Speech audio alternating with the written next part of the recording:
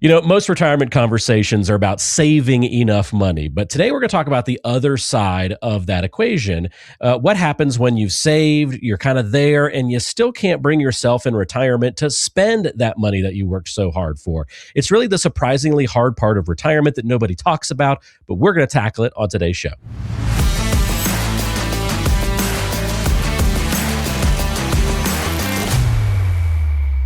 Hey, everybody, welcome to Retirement Elevated. I'm Walter Storholt, filling in for Marc Killian on today's episode, but always joined by managing partner of Elevated Retirement Group, Sean Lee. Sean, good to talk to you and see you once again. It's been a long time since we've talked to each other, but I do the counterpart show of Elevated Retirement Group with your cohort, Scott Dugan, over in Kansas City, so this is fun. And depending on who you ask, you get the better of the two, whether it's me or him. So I don't know. He always thinks that he does a better podcast, and he's probably right, but that's okay. Well, I'll just suck up to whoever show I'm on at the moment. So I'll say, you certainly have the better looking of the two shows. So there you go, right there. Don't tell Scott. I'm the better face for sure. The better face. Yeah, don't tell Scott I said that. But I'm going to tell him tomorrow that I was the better face. I'm in the doghouse now. Our best to Marc, our good friend of the show, obviously, and your longtime co-host, a bit injured, and we wish him well. He took a puck literally to the head at a hockey game, and it roughed him up pretty good. So we're sending our love and our best to Marc and hope he does well, and we'll be back with you hopefully very soon here, Sean. So he's hanging in there, but I know you probably know all about that, dodging baseballs over all of your time, playing and coaching, and first or third baseline, you got to be watching out, right? Yeah, it's there's nothing. I don't know how fast they shoot a hockey puck, but yeah, depending on how hard somebody throws a baseball, it's going to hurt pretty good. But we get to wear helmets, so if you don't wear a helmet and you get hit in the face with a baseball, you're going to be out for a long time. So hopefully Marc gets better pretty soon.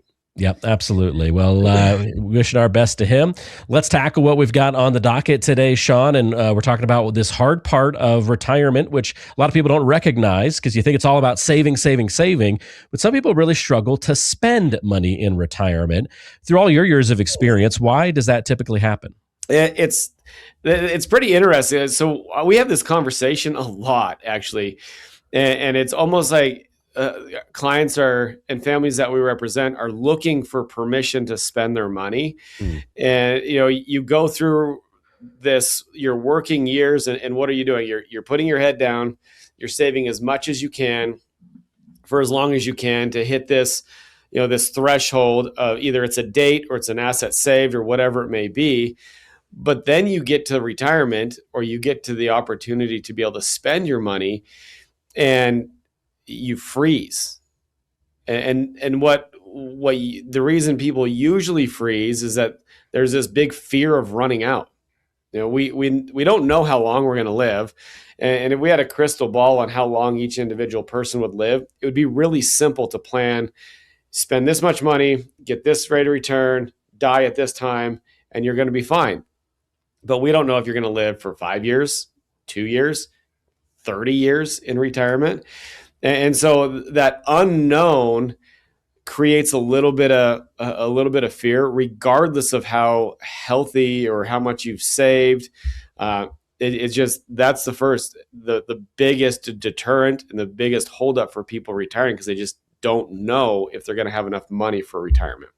It makes a lot of sense. And then you're kind of robbing the joy that you've worked so hard to create, and you're letting fear sort of stand in the way. Nobody should be letting fear kind of dominate their lives, especially once you get to retirement age, right? So we should be conquering this fear and moving past it. So huge reason and something that you guys are having to coach people through pretty frequently. Yeah. So if somebody's feeling that, they're not alone.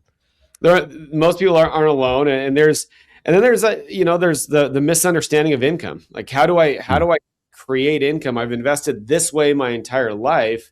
How do I get to a point to where I can start to withdraw assets from my portfolio and I can start to use the money that I've saved for income?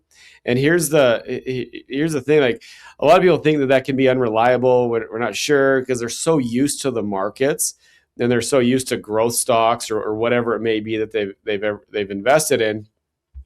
But letting you know a little secret, there's only 3 ways that you can create income in retirement. Like every person in America is the same way. You either Okay. create income via protected assets, that's, and you can use guaranteed vehicles and products like that. You can create income via the markets. And, our philosophy is using dividends and things like that to create cash flow. Or you can create income as a hybrid, both. You use protected money and market-based money. And that's how you do it. There's only 3 ways to create income. It's not any fancier than that. So we shouldn't be misunderstanding it all that much. It's not as complicated as maybe some make it sound. Yeah. It doesn't have to be hard. It just needs to be. You just need to understand who you are, how you want your income to be created, and then build your strategy around that. So if you're a protected person, fine. Put the least amount of money into those sort of vehicles to create the protected income that you need. If you're a market person, fine. Put the least amount of money into dividend producing vehicles to provide the income that you need. And then let the rest grow. If you're a hybrid person, that's okay too. And our philosophies are pretty simple. It's put the least amount of money that you've saved into the job that at hand, which is to create income, and then let the rest grow. Simple and easy enough to understand that base and foundation. So we've got fear of running out, misunderstanding retirement income from the start. I'm trying to think of other emotions that might lead people to, have this trouble of spending money in retirement. What about guilt? Does that play a role at all? Yeah, it does. It's like, hey, I've saved this money, and I feel guilty or selfish in spending because maybe I want to leave something to my kids, or maybe I want to leave a legacy behind, whatever it may be. Or, I don't want to spend my money on certain things because of something else. But what I've learned is that life-changing experiences will also change that mindset. Whether it's the loss of a loved one or a health scare or whatever it may be, that in most oftentimes than not is that's a permission slip to push the guilt aside and do the things that you want to do. And honestly, there's a really cool book called Die with Zero. I don't know if you've read it. Okay. The whole philosophy is about spending your money while you're alive on your loved ones at the time that it's most valuable for them. So if you think about it, like I'm 45, if I hope my mom doesn't pass away for a long time, but if she did, inheritance that I received is less valuable to me right now than it would have been at the age of 20, 25, and 30 because I was starting my life. So if your goal is to give money to your kids or to your grandkids or whatever, give it while you're alive at the time that it will provide the greatest impact on their lives. Whether it's school, life experience, car, down payment, whatever it may be, but do it at that point in time so you can actually enjoy it. I know that's easier said than done, though, right? Because that's a very difficult emotional barrier to come over, maybe for either party. I've seen family members go through a similar situation where the parent wanted to do that strategy, but it was the kids saying, that doesn't feel right. No, thank you. Like, that's your money. There's some of that guilt, perhaps, and maybe other emotions involved with that. So it's easy to see why there are various hangups that lead to these issues. But you made an interesting note, Sean, about there being some sort of catalyst that usually happens, really not voluntary, right? This just sort of occurs, and that will usually change the thinking. I'm curious what you do intentionally. So when somebody's like, okay, yeah, let's plan a little bit differently. Let's get off of this roller coaster of not being able to spend. What are you able to do about it from a planning standpoint to make it happen? Just to get into my brain a little bit, I'm very linear in my thinking. Yeah. More engineering type mindset. So every decision that we make should have a process behind it, right? So if you start to look at, how do I get from point A, which is working, saving, to enjoying, there has to be a linear process to get there. And it has to be based off of facts and logic, not myths and misconceptions and all the stuff that's out there. So step 1, figure out how much you need. Step 2, figure out what your income gap is, whether it's, based on what you need minus your social securities and things like that. Step 3 is figure out what type of person you are. How do I want my income created? And step 4 is what vehicles or investments do I use to accomplish what goals that I want? So the investments shouldn't wag the dog, right? The investments should be the tool to accomplish what we want. And once you understand those steps and understand who you are, planning becomes pretty simple. The vehicles sort of present themselves, and then you can start to feel a little bit of comfort and joy on using your assets confidently without the fears of running out of money or the unknowns. And all of that comes with thought, a written plan, and then a process to determine how that plan is going to be put in place. Yeah, you're really kind of creating a new habit for your clients when they come in to meet with you, right? You're this muscle that's just been working on accumulating and saving their whole lives. We often talk about that accumulation to then distribution part of that equation, but there's also the saving and now the spending side. It's like a secondary muscle, right? We have the primary one, and that's the secondary muscle that gets overlooked, but that needs just as much coaching, reframing, and kind of repositioning and habit building as anything else in this process. Well, and if you're a saver, I mean, let's be honest, if you've saved for 30 years, breaking that saving habit is very difficult. So you're telling me as I get closer to retirement, start buying a bunch of stuff to break it, right? No, you're so used to maybe maxing out your 401k or putting money into a savings account. Like, that's hard. And a lot of times I'll see, well, savings is a budget item. Well, why still? Like, you've got the money that you need. Well, it just feels good. All right. Yeah. Like, keep saving into your savings account or whatever, and then hopefully at some point you have to have the conversations, or we do. Here's your permission slip to go spend some of your money. Go enjoy it. There's all these bucket list items that people want. Well, someday I'm going to do this. Well, if you have the money, just do it. Love it. It's that simple. Yep.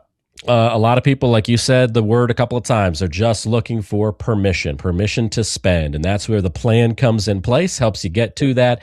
If you need somebody to help you build that habit, to help you spend in retirement, as well as all the other stuff that Sean talks about on the show each and every week, all the proper planning elements, getting you to and through retirement. If that's the kind of planning you're interested in, if you've not been through that type of planning before, see the difference. Get in touch, have a conversation, have an initial visit to see if you're a good fit to work with one another. We've got contact information on the screen if you're watching on YouTube. If you're listening on your favorite podcasting app or on YouTube, you can find links in the description of today's show and various contact information to get in touch with Sean as well. So be sure to do that. And Sean, great topic today. Thanks for diving into this with us today. I'm fired up to go spend some money now. Thanks so much. Yeah, do it. Just don't blow up your savings for it. Yeah, we're still a little on the younger side of the retirement spending levels, so we'll do that with caution. But nonetheless, I'm gonna go treat myself to something today. I like it. Thanks for joining us, everybody. We'll see you again next time, right back here on Retirement Elevated.